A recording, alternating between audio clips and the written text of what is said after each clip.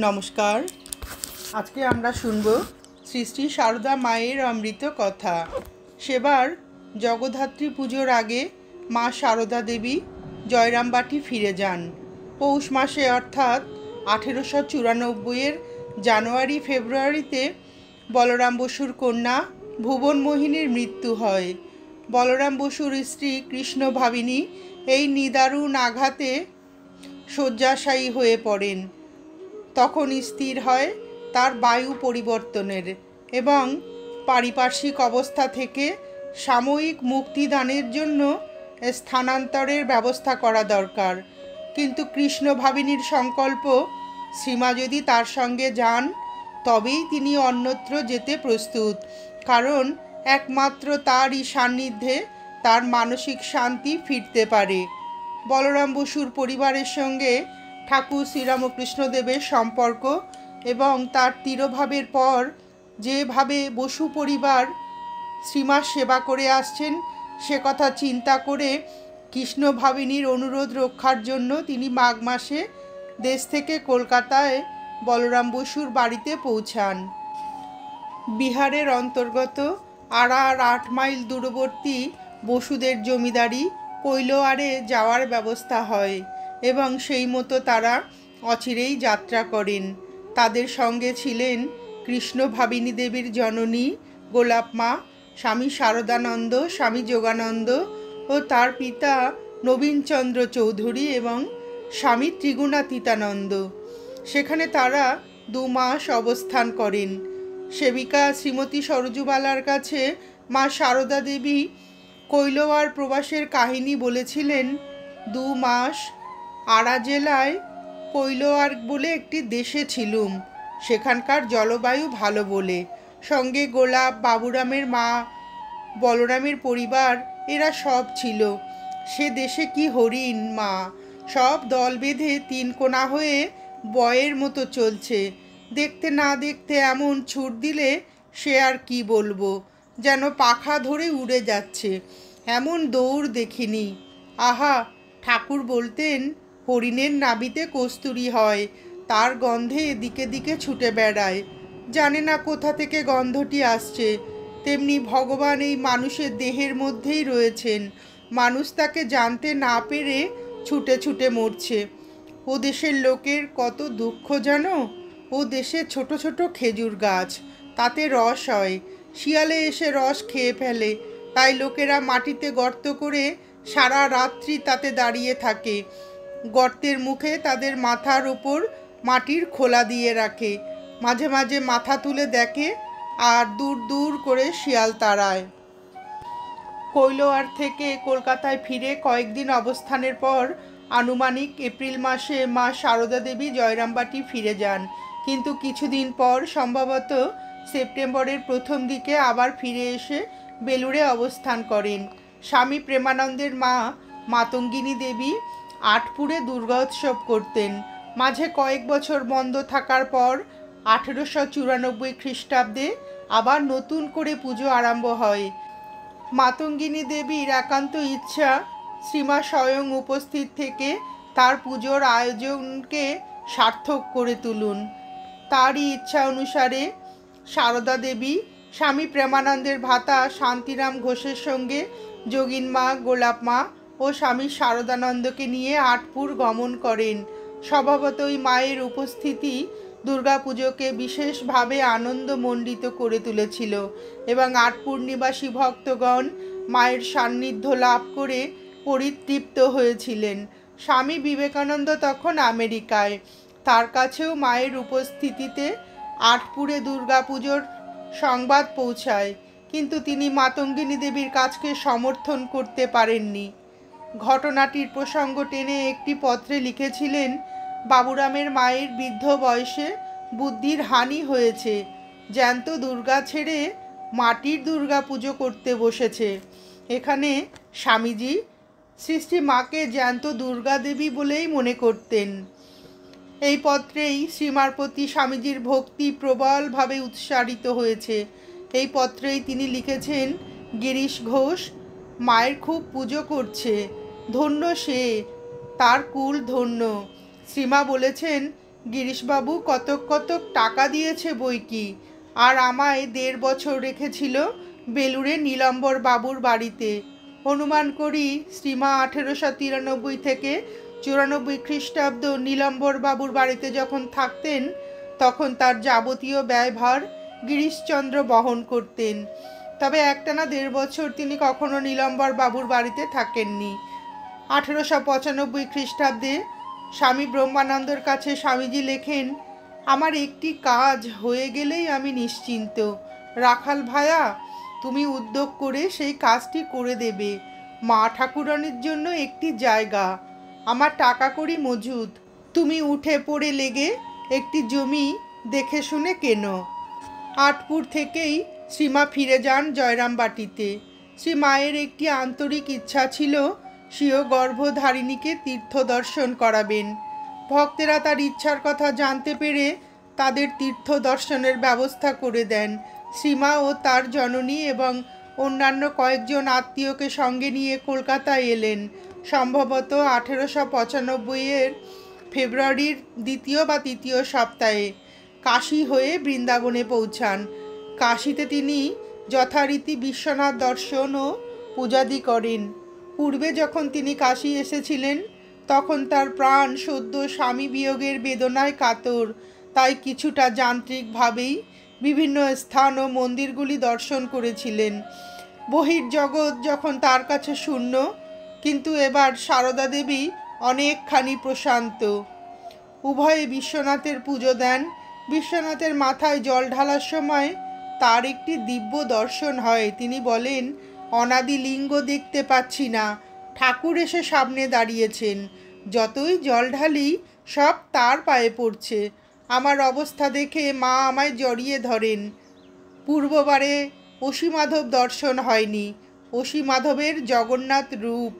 সেই বিগ্রহ দর্শন করে তিনি বলে ওঠেন, ও মা, কাশীতেও জগন্নাথ এসে বসে আছেন? তা বেশ হয়েছে, যিনি জগন্নাথ তিনিই বিশ্বনাথ। মন্দিরের বাইরে আসার সঙ্গে সঙ্গে একটি সধবা স্ত্রীলোক কোথা থেকে ছুটে এসে শ্রী মায়ের পায়ে পুষ্পাঞ্জলি দেন। বিস্মৃত শ্রীমা প্রশ্ন করেন, কেন এমন করলে? একা মেয়ে মানুষ, তুমি এখানে এলেই বা কেমন করে? উত্তরে সেই স্ত্রীলোকটি বলেন, ভোর রাত্রে স্বপ্নে দেখলুম আমার ইষ্টদেবী বলছেন, আমায় যদি দেখতে চাস ফুল বেলপাতা নিয়ে চলে আয় ওসি ঘাটে, তুই প্রথমেই যাকে দেখতে পাবি সেই আমি দূর থেকে প্রথম আপনাকে দেখতে পেয়েছি, তাই আপনার পায়ে অঞ্জলি দিলাম। এই ফলটিও আপনি দয়া করে গ্রহণ করুন। স্মিত মুখে মা সারদা দেবী ফলটি গ্রহণ করেন ও তার মাথায় হাত রেখে আশীর্বাদ করেন, তোমার ইষ্ট লাভ হোক মা। কাশীতে ঠিক কদিন কাটিয়েছিলেন শ্রীমা তা বলা যায় না। এরপর তারা চলে যান বৃন্দাবন এবং এপ্রিলের 2 সপ্তাহ পর্যন্ত বৃন্দাবনে কালাবাবুর কুঞ্জে অবস্থান করেন। তার সঙ্গে ছিলেন জননী শ্যামা সুন্দরীর ভ্রাতাগণ গোলাপ মা, যোগেন মা ও স্বামী যোগানন্দ। কলকাতায় ফিরে তার আত্মীয় স্বজন দেশে ফিরে গেলেও মা সারদা দেবী মাস্টারমশাইয়ের কলুটোলা স্থিত 51 ভবানী দত্ত লেনে প্রায় 1 মাস অবস্থানের পর 13 মে 1895 কামারপুকুর হয়ে জয়রামবাটিতে ফিরে যান। 1360 সালে বসুমতীতে প্রকাশিত শ্রী মায়ের 3খানি পত্র থেকে জানা যায় তিনি আষাঢ়, শ্রাবণ এবং ভাদ্র মাসের প্রথম দিকে জয়রামবাটিতে ছিলেন। একটি চিঠিতে শ্রীমা মহেন্দ্রনাথ গুপ্ত মাস্টারমশাইকে কথামৃত রচনায় উৎসাহিত করে লিখেছিলেন, যে বিষয়গুলি অর্থাৎ ঠাকুরের যে কথাগুলি বলিবার জন্য বাছিয়া রাখিবার কথা লিখিয়াছেন তাহা ঠিক করিয়া বাছিয়া রাখিবেন। জয়রামবাটিতে অবস্থানকালে মা সারদা দেবী মাঝে মাঝে অদূরবর্তী কামারপুকুরে যেতেন। মাস্টারমশাই লিখিত একটি পত্র থেকে জানতে পারা যায়, সে সময় তিনি যখন কামারপুকুরে অবস্থান করছেন সঙ্গে ছিলেন গোলাপ মা। সেখানে তিনি জ্বরে আক্রান্ত হন। তার কিছুদিন পরে তিনি জয়রামবাটিতে ফিরে যান। বৃন্দাবন থেকে শ্রীমা একটি পিতলের ছোট বালগোপাল মূর্তি এনেছিলেন। জয়রামবাটিতে তিনি সেটিকে সাধারণভাবে অন্যান্য জিনিসপত্রের সঙ্গে ফেলে রেখেছিলেন। একদিন তিনি শুয়ে আছেন ঘরে, এমন সময় দেখেন ছোট্ট গোপাল হামাগুড়ি দিয়ে তার চৌকির কাছে এসে অনুযোগের সুরে বলছে, তুমি আমায় ফেলে রেখে দিয়েছ, খেতে দাও না, পুজো করো না, তুমি আমায় পুজো না করলে কেউ করবে না।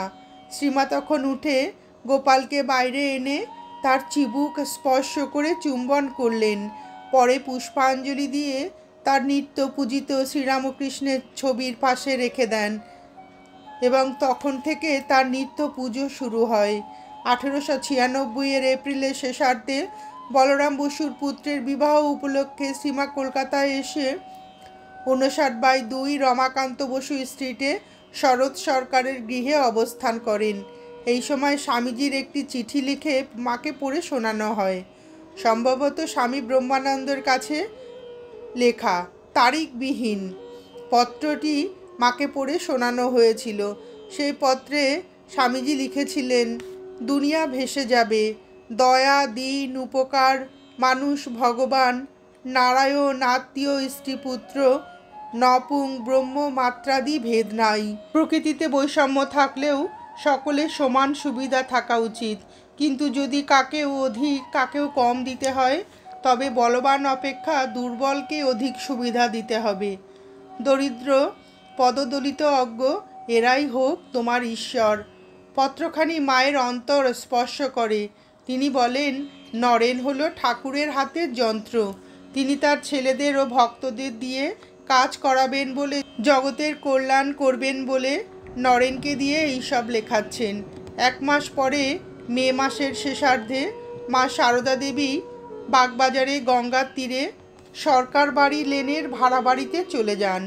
এই বাড়িটিকে বলা হতো গুদাম বাড়ি, কারণ একতলায় ছিল হলুদের গুদাম, দ্বিতীয় ও তৃতীয় তলা বাসোপযোগী ছিল, 3 তলায় শ্রীমা, গোপালের মা গোলাপ মা থাকতেন এবং দ্বিতীয় তলায় স্বামী যোগানন্দ ও 2-1 জন ব্রহ্মচারীকে নিয়ে থাকতেন স্বামী ব্রহ্মানন্দ ও মায়ের সেবা কাজের তদারকির জন্য। এই বাড়িতে থাকাকালে গিরিশচন্দ্র ঘোষ প্রায় মাকে প্রণাম করতে আসতেন। নভেম্বর মাসে কালী পুজোর পর জগদ্ধাত্রী পুজোর আগে গিরিশ এলেন মায়ের চরণ বন্দনা করতে। কাউকে কিছু না বলে তিনি স্বামী যোগানন্দকে ডেকে নিয়ে গম্ভীরভাবে উপরে চলে গেলেন। সেখানে যারা ছিলেন তারাও তাকে অনুসরণ করে মায়ের ঘরে গিয়ে উপস্থিত হলেন। গিরিশচন্দ্র অবগুণ্ঠিতা শ্রীমাকে সাষ্টাঙ্গে প্রণাম করে যুক্ত করে বললেন, মা, তোমার কাছে যখন আসি তখন আমার মনে হয় আমি যেন ছোট্ট শিশু নিজের মায়ের কাছে যাচ্ছি। আমি বয়স্ক ছেলে হলেও তোমার সেবা করতে পারতুম, কিন্তু সবই উল্টো ব্যাপার। তুমিই আমাদের সেবা করো, আমরা তোমার করি না। এই তো জয়রামবাটি যাচ্ছ, সেখানে পাড়াগাঁয়ে উনুনের পাশে দেশের লোকের জন্য রাঁধবে আর তাদের সেবা করবে। কেমন করে আমি তোমার সেবা করব? আর মহামায়ীর সেবার আমরাই কি বা জানি। কথা বলতে বলতে তার মুখ আবেগদীপ্ত হয়ে উঠল। একটু পরে সকলের দিকে তাকিয়ে বললেন, ভগবান ঠিক আমাদেরই মতন মানুষ হয়ে জন্মান, এটা বিশ্বাস করা মানুষের পক্ষে শক্ত। তোমরা কি ভাবতে পারো যে তোমাদের সামনে পল্লীবালার বেশে মা জগদম্বা দাঁড়িয়ে আছেন? তোমরা কি কল্পনা করতে পারো যে মহামায়ী সাধারণ স্ত্রীলোকের মতো ঘরকন্না আর সব রকম কাজকর্ম করছেন, অথচ তিনিই জগৎ জননী, মহামায়া, মহাশক্তি, সর্বজীবের মুক্তির জন্য এবং মাতৃত্বের আদর্শ স্থাপনের জন্য আবির্ভূত হয়েছেন।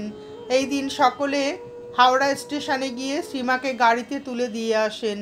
1897 খ্রিস্টাব্দের 18ই ফেব্রুয়ারি স্বামী বিবেকানন্দ পাশ্চাত্য দেশ পরিক্রম শেষ করে বজবজে এসে পৌঁছান এবং স্টিমারে রাত্রিযাপন করে পরদিন 19শে ফেব্রুয়ারি স্পেশাল ট্রেনে শিয়ালদাহে এলে অভূতপূর্ব জনসম্বর্ধনা লাভ করেন। মা সারদা দেবী তখন জয়রামবাটিতে। তার সংবাদের মধ্যে এইটুকু জানা যায়, 4 জুলাই 1897 তিনি কথামৃত রচনায় দ্বিধাগ্রস্ত শ্রীমকে একটি চিঠিতে লিখেছিলেন, এই একই সময় তোমার কাছে এ সকল কথা রাখিয়াছিলেন ঠাকুর, এক্ষণে আবশ্যক মতো তিনিই প্রকাশ করাইতেছেন।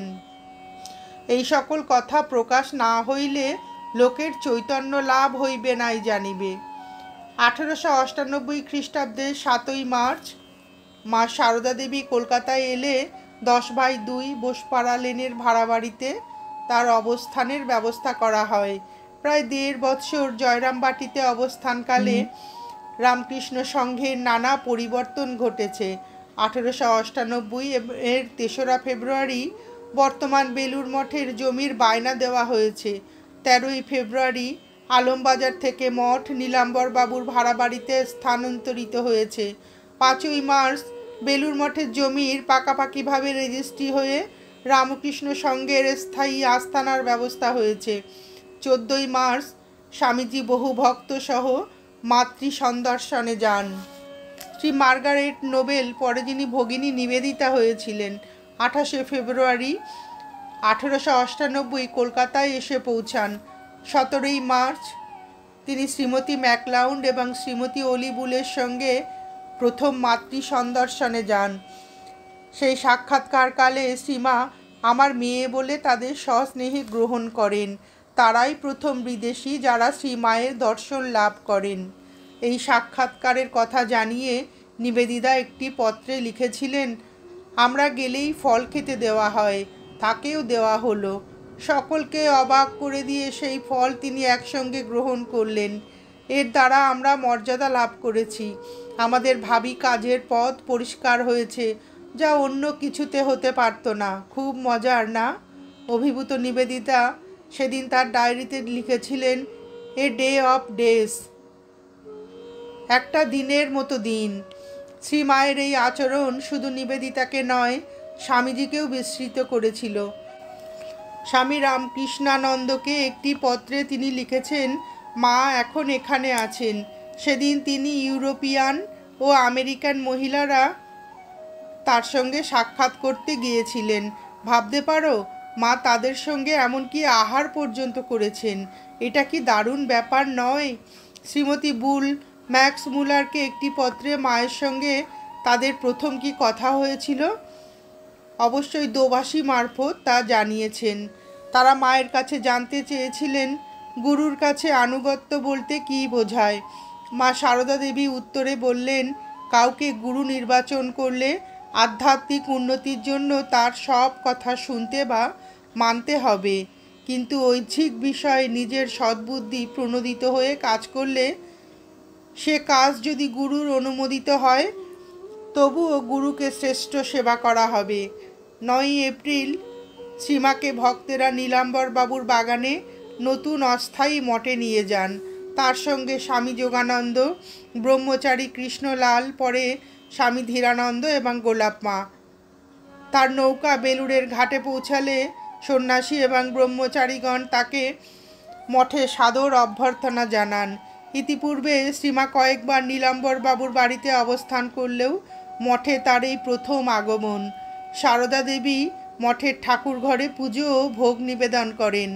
আহারান্তে কিছুক্ষণ বিশ্রাম নিয়ে বেলা 4টেয় যখন কলকাতায় ফেরার জন্য নৌকায় আরোহণ করছেন, তখন ব্রহ্মচারী কৃষ্ণলাল মারফত স্বামী ব্রহ্মানন্দ শ্রীমাকে অনুরোধ করে পাঠালেন, মা যেন একবার মঠের জন্য কৃত জমিতে পাদস্পর্শ করে যান।